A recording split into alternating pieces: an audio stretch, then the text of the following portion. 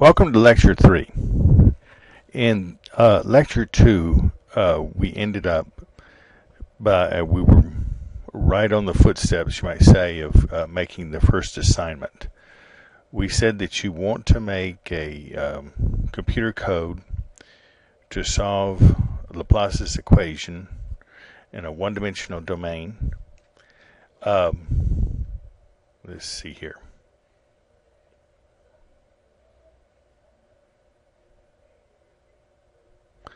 As was specified here, you want to have n, which is the number of nodes, and a, which is the Dirichlet boundary condition at x equals 0, and b, which is the Dirichlet boundary condition at x equals L, and in fact L itself. All four of those you should have as variables that can be changed near the top of your code, so that it is not necessary for you to change them throughout the code.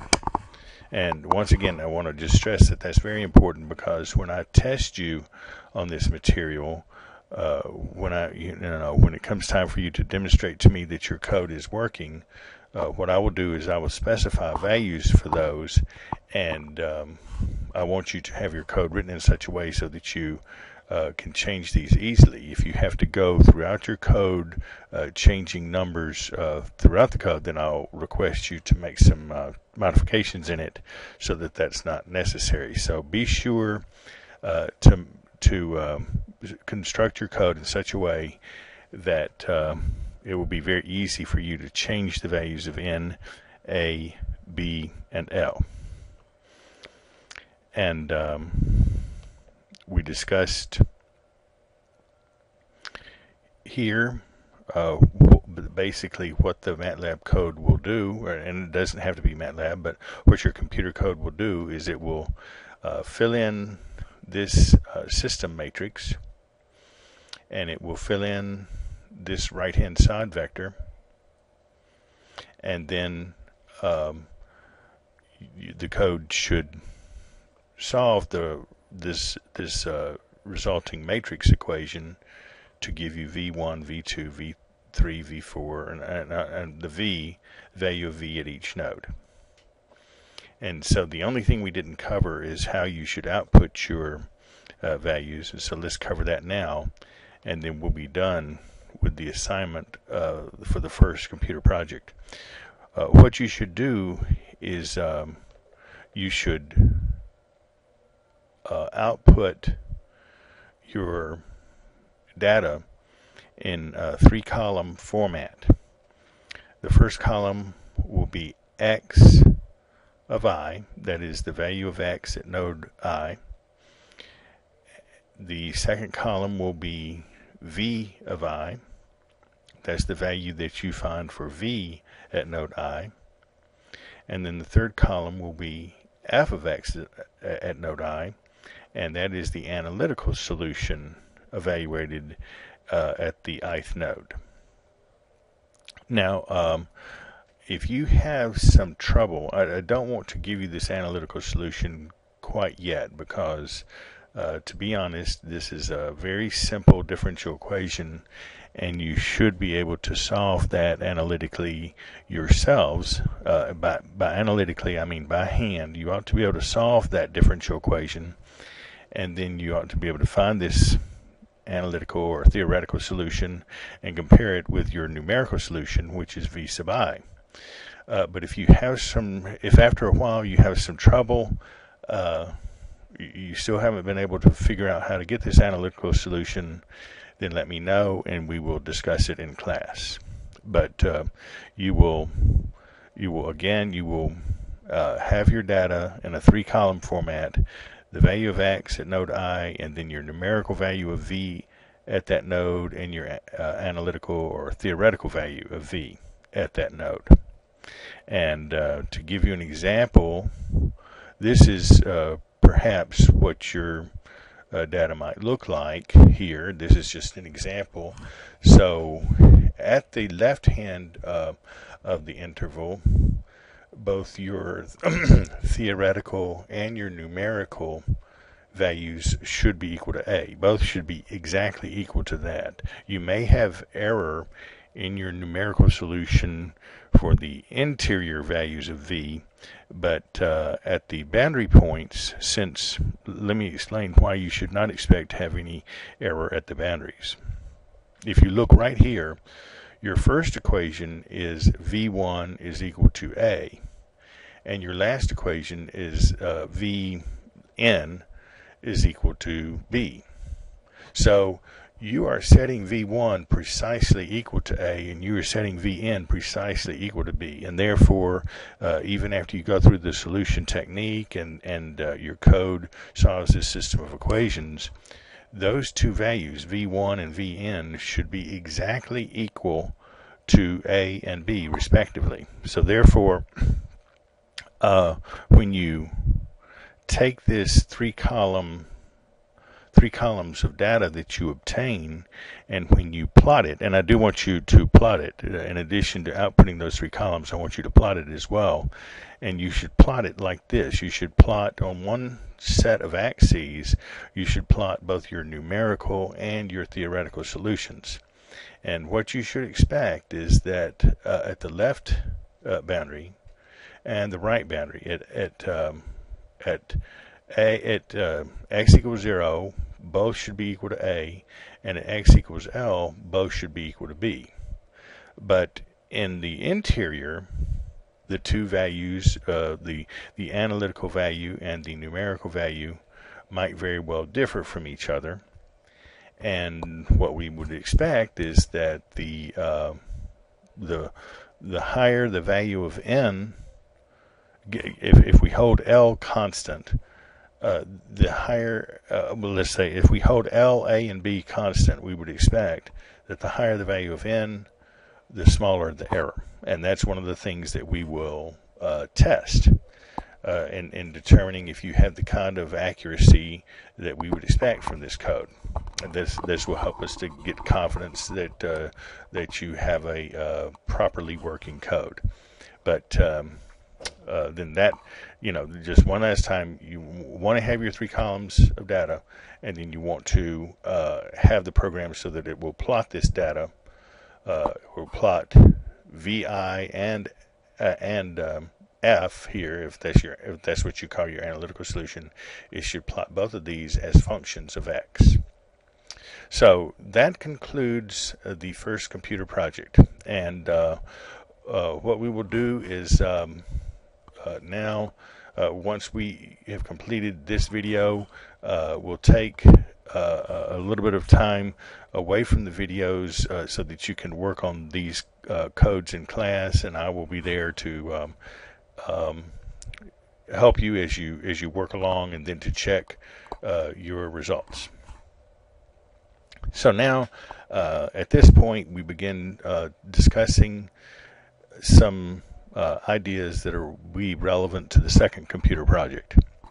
Now, actually, I should say that the ideas we're going to begin discussing now will be relevant both to the first computer project and the second one, because we're going to begin to talk about how to quantify the error in these finite difference formulas that we have been discussing.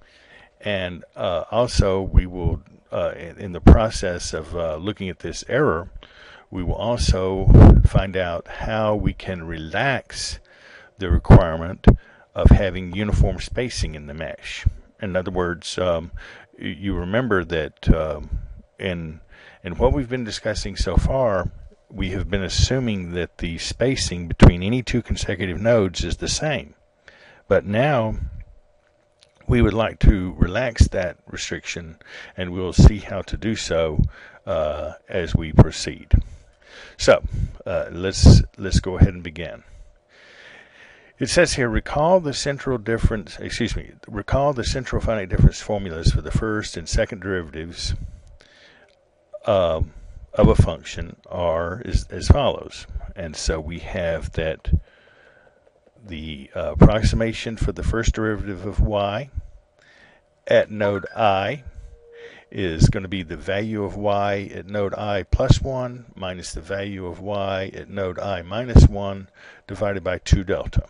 And delta is that spacing between any two consecutive nodes in the mesh. And our finite difference approximation for the second derivative at node I is going to be equal to the value of y at node I plus 1 plus the value of y at node I minus 1 minus twice the value of y at node I divided by delta squared.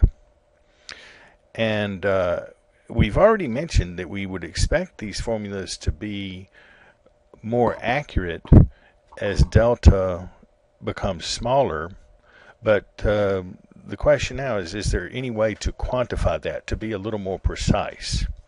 And so here it says, how much error is there in these formulas?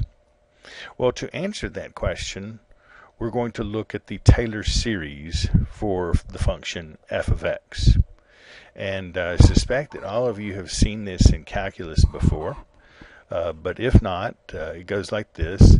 The Taylor series for f of x plus delta x, it says that basically what this is saying is that if you have the value of the function f at some point x, and you wanted to know the value of the function f at some location x plus delta x, it would be equal to f of x plus the derivative of f at x times delta x plus the second derivative of f at x divided by 2 factorial times delta x squared plus the third derivative of f at x divided by 3 factorial times delta x cubed plus dot dot dot. Now, if we take exactly this same formula and substitute everywhere negative delta x for positive delta x, then we would get f of x minus delta x. Notice that the first term doesn't get changed. The second term, since it has a delta x, that becomes negative delta x, so we get a negative sign here. For the next term, since this is delta x squared, if we plug in negative delta x there, the negative sign gets squared, and so it goes away. And so these terms, the third term is the same. The fourth term, the delta, if we make this delta x a negative delta x, then negative sign raised to the third power will give us a negative sign. So we see that alternate terms would change and the others would stay the same. And that is the Taylor series approximation for, Taylor series formula for the value of the function f at x minus delta x.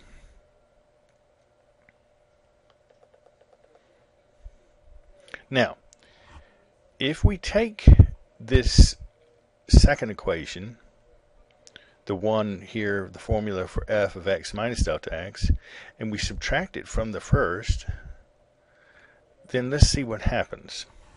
Well, notice that when we subtract the second equation from the first, all the terms that are the same for the two formulas will drop out. For instance, this f of x here, this will drop out because we have f of x minus f of x. And then likewise, f double prime of x over 2 factorial times delta x squared, that's the same in the two, so it will drop out. And so all the even terms, even powered terms, will go away, and the odd powered terms, we will have f prime of x times delta x minus a negative f prime of x times delta x. So we'll get 2 f prime of x times delta x. So the odd powered terms will get doubled, and the even powered terms will drop out. And so we have that here. We have 2 f prime of x delta x plus 2 over 3 factorial times f triple prime of x times delta x cubed.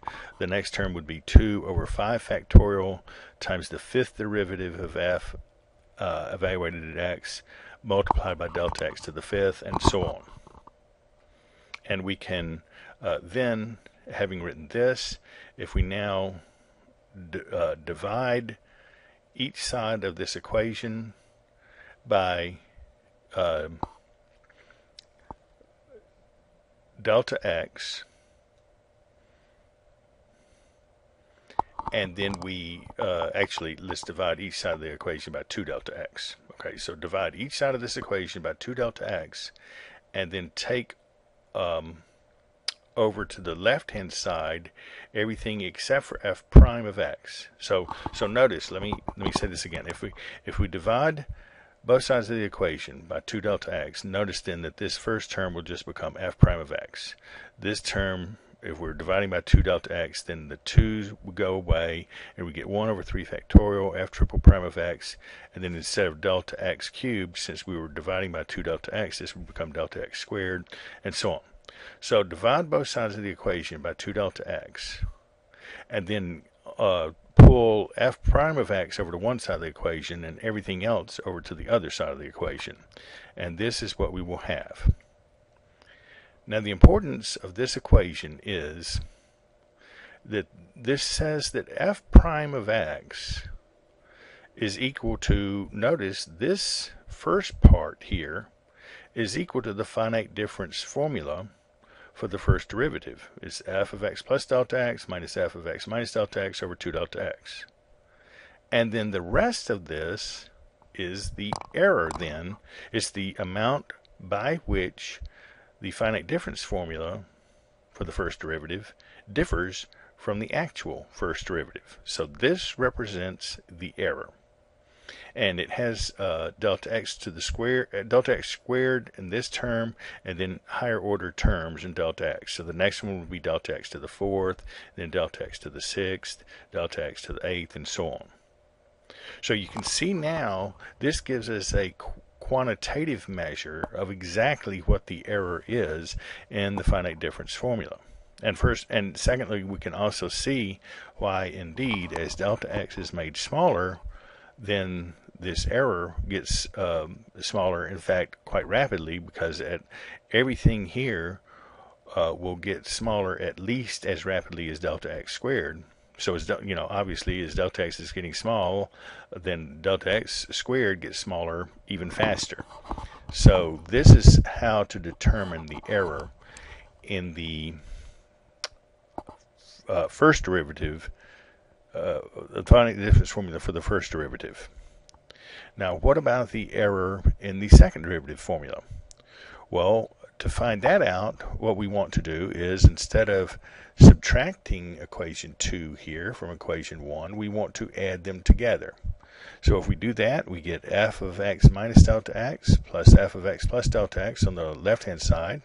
And on the right-hand side, we will get, now the even numbered terms will double, and the odd numbered terms will drop out when we add these terms. So we'll get 2f of x, and then 2 over 2 factorials, so just f double prime of x times delta x squared, and then 2 over 4 factorial times the fourth derivative of f at x times delta x to the fourth, and so on. And now that we have that, let's divide both sides of this equation by delta x squared, so that here on the right hand side we have f double prime by itself, and we're gonna, well, we have f double prime, and the delta x squared has been canceled away, and then we're going to take we're going to rewrite the equation just as we did in the previous case, so that we have f double prime by itself and everything else on the other side of the equation. And when we do that, you can see what we have here.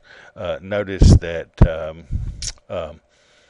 we have pulled this 2f of x over to the other side, and it is right here. Then we and here's the delta x squared by which we divided everything. And then when we divided this term by delta x squared, the delta x to the fourth becomes delta x squared. And so we have a very similar situation to what we had previously. You can see that on the left-hand side of the equation, we have the second derivative of f. And on the right-hand side, this first term exactly matches the finite difference approximation for the second derivative, and the rest of this is the error in the second derivative. And as was the case for the first derivative, we can see that in both cases, the error is proportional to delta x squared. And so this is how we get some handle on the amount of error in the finite difference formulas for the first derivative and the second derivative.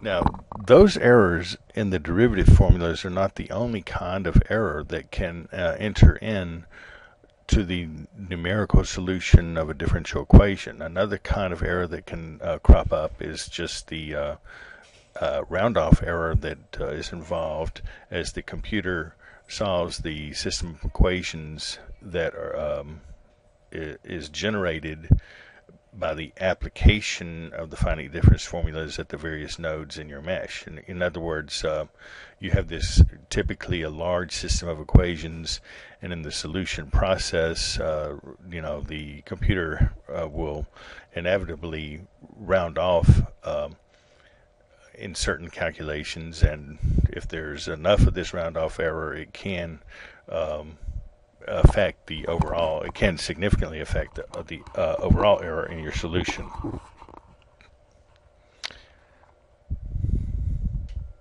Now, the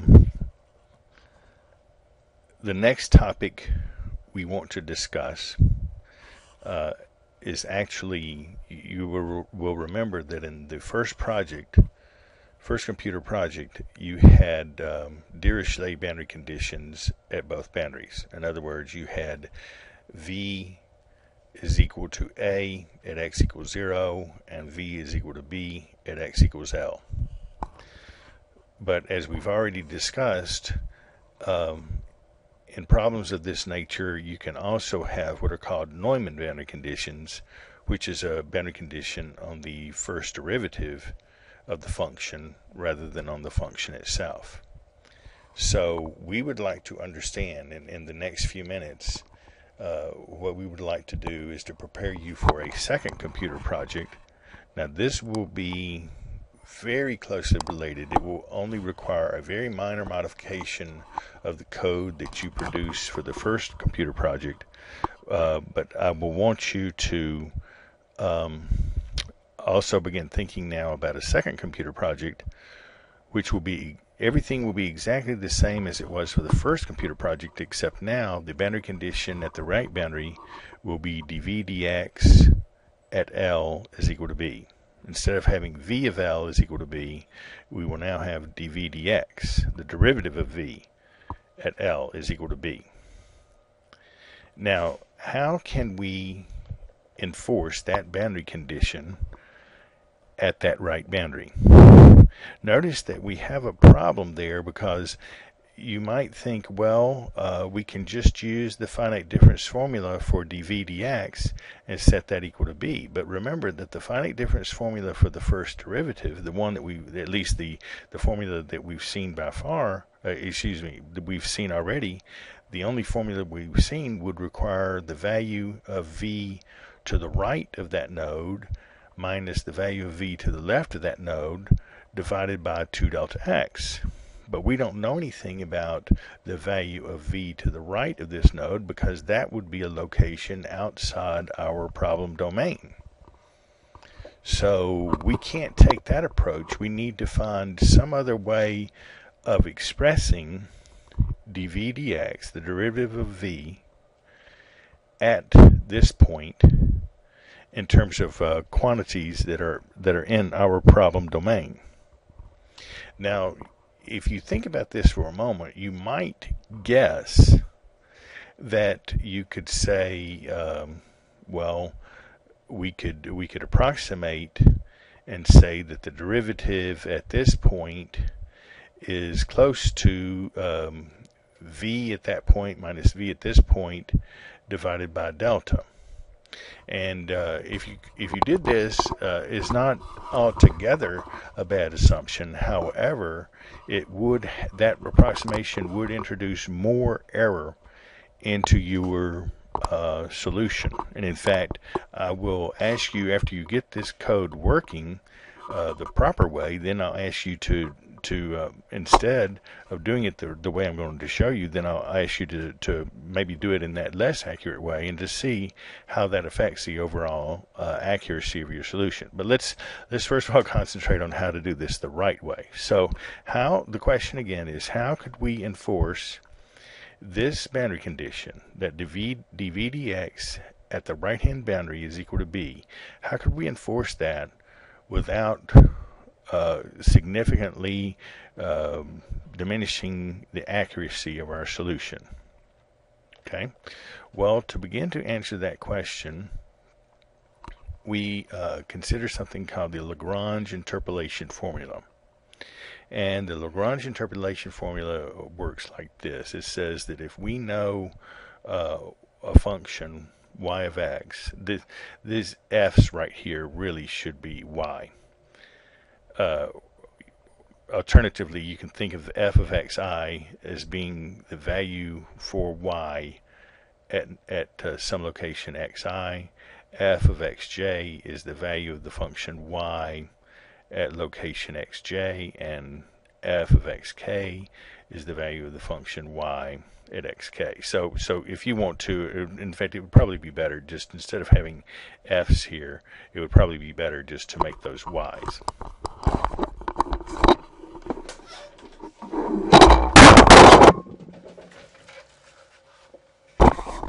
In fact, I'll go ahead, if it's not too difficult here, and try to make that substitution.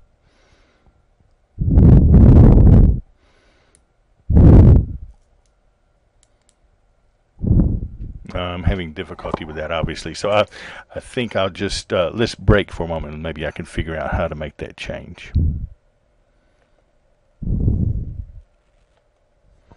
Okay, so now we have what we want.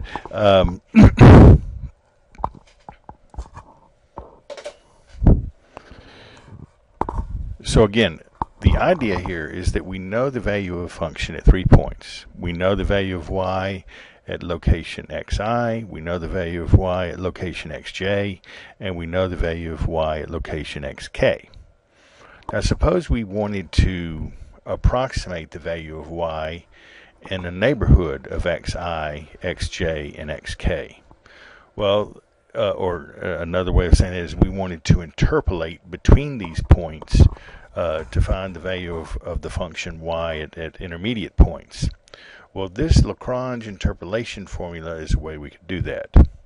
And notice that the formula will give you precisely the known data at the 3 points where the function is known. In other words, what I mean by that is if we plug in x equals xi, notice that this term would go away because we'd have xi minus xi here, so this term would go away.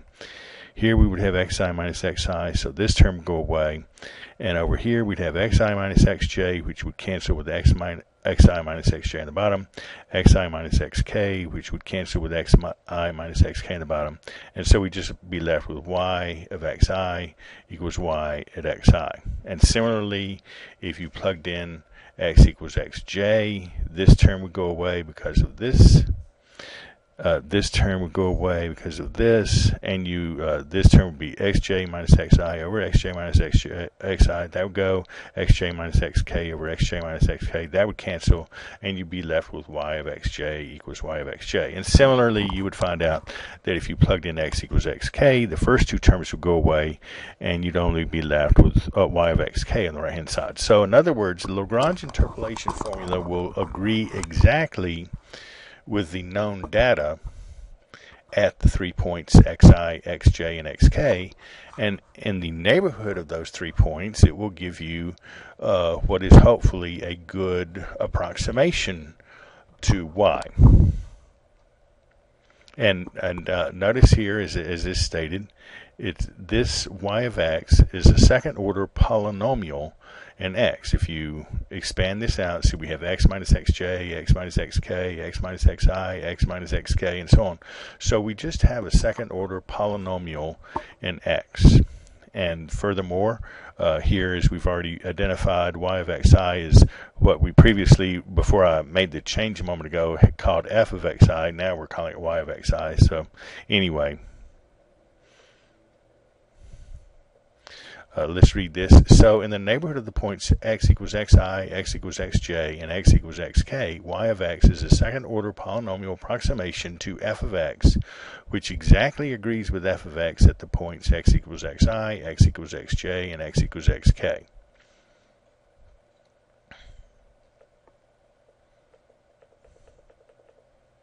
And so we ask, why are we interested in this?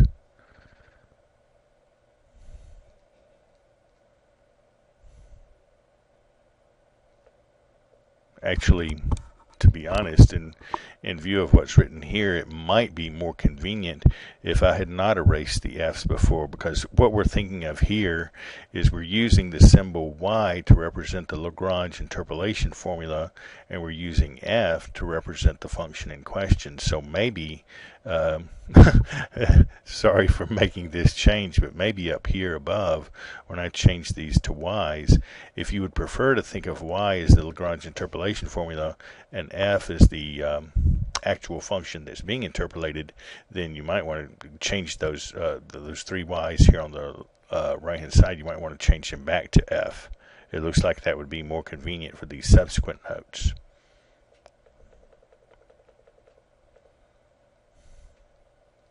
So now, if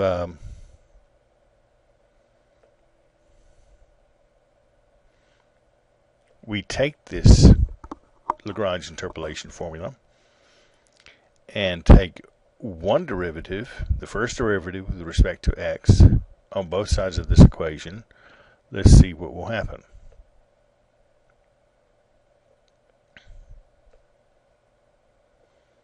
So we would get this formula right here, dy dx equals x minus xj plus x minus xk over this times f of xi, and you can read the rest of this. I think everything here is pretty legible.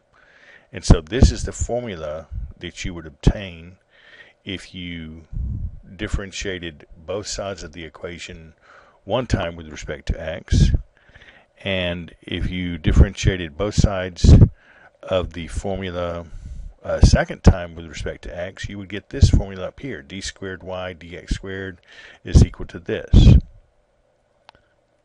And notice that for the first formula here, the one for the first derivative, if we chose to evaluate that at some node k, then we would get this. Now let me make sure you understand why this formula would become this if we evaluated it at node k. Okay, so this would become xk minus xj plus xk minus xk. So the xk minus xk part would go away, and so we're just left with xk minus xj. Okay, that makes sense. Notice that we just bring down this denominator, and then we also bring down f of xi. Then for the second term, we would have xk minus xi plus xk minus xk, so that just becomes xk minus xi, and the denominator, we bring that down, and f of xj we bring down. And then finally this term, let's see, we would have xk minus xi plus xk minus xj, so that's 2xk minus xi minus xj, and then in the bottom xk minus xi, xk minus xj, and f of xk. So if we evaluated this formula at x equals xk, we would get this formula right here. And that is the key to what we want to do, because this is a formula right here. This is a formula for the derivative of the function at node k. And notice that we have not made any assumption here about the locations of x of nodes I, j, and k. In other words, we've said that node I is at xi, node j is at xj, and node k is at xk. But we haven't said in what order I, j, and k fall. So by setting xi to be the value of x at node I, xj to be the value of x at node j, and xk to be the value of x at node k, we can use this formula anywhere we wish to get an approximation to the first derivative. And in particular, if we set xk to be that right boundary and set xi and xj to be the two nodes just to the left of that right boundary, then we will get from this formula a way to calculate the first derivative at the rightmost boundary, and that way will not involve any values outside of our problem domain. It will only involve the value of the function at the boundary itself and at the two nodes just inside that rightmost boundary. One other observation is that if we evaluated the second derivative formula, notice that the right-hand side actually here is a constant. You don't see any more x's over here. You see xi, xj, xk, but you don't see any x's. So this formula is the same at any of the nodes, xi, xj, or xk. So let's read the summary of this. So as we just noted, the second derivative formula is unchanged. These are generalized derivative formulas which don't require either central differencing or uniform spacing. Now that's another important issue. Not only does the use of these equations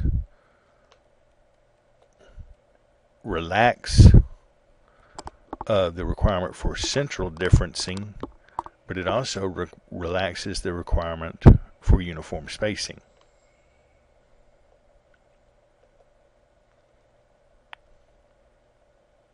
And one other thing you should verify is that these formulas here for the second derivative and the first derivative, these general formulas become the usual formulas when in fact we do have uniform spacing and we do use central differencing. In other words, if k, this formula right here, if k is the node that is in the middle between node I and node j, and it is exactly in the middle of those two, so that we have central differencing and we do have uniform spacing, then this expression for the derivative at node k would exactly match the traditional formula, this traditional finite difference central difference formula that we worked with in computer projects 1 and 2. Or, excuse me, in Computer Project 1. Because actually in Computer Project 2 you're going to be now using this different approach. But in Computer Project 1, this is the formula we used. Actually, to be honest, we never explicitly used it because we were always talking about the second derivative, but we used the traditional finite difference formula for the first derivative in calculating, or actually in finding the traditional finite difference formula for the second derivative. So you should verify that these two equations here yield the traditional formulas in the case when node k is in between I and j and is exactly in the middle of them, between them. And that's actually outlined here in the notes, and you'll be able to see exactly what's requested. So this part I'll leave to you to go over, but if you have any questions at all about this, let me know. And I'll conclude lecture 3 at this point. But once again, just to summarize your assignments, for the first computer project, you will use the traditional formulas. You'll have Dirichlet boundary conditions. V is equal to A at x equals 0. V is equal to B at x equals L. And write a computer code to solve that problem.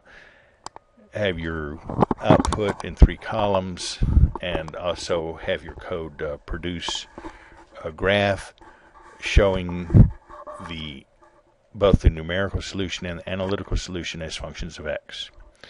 And then for the second computer project, everything will remain exactly the same, except that now the boundary condition at the right boundary will be dv dx is equal to b. Instead of v of x equals to b, it will be dv dx equals to b at the right boundary.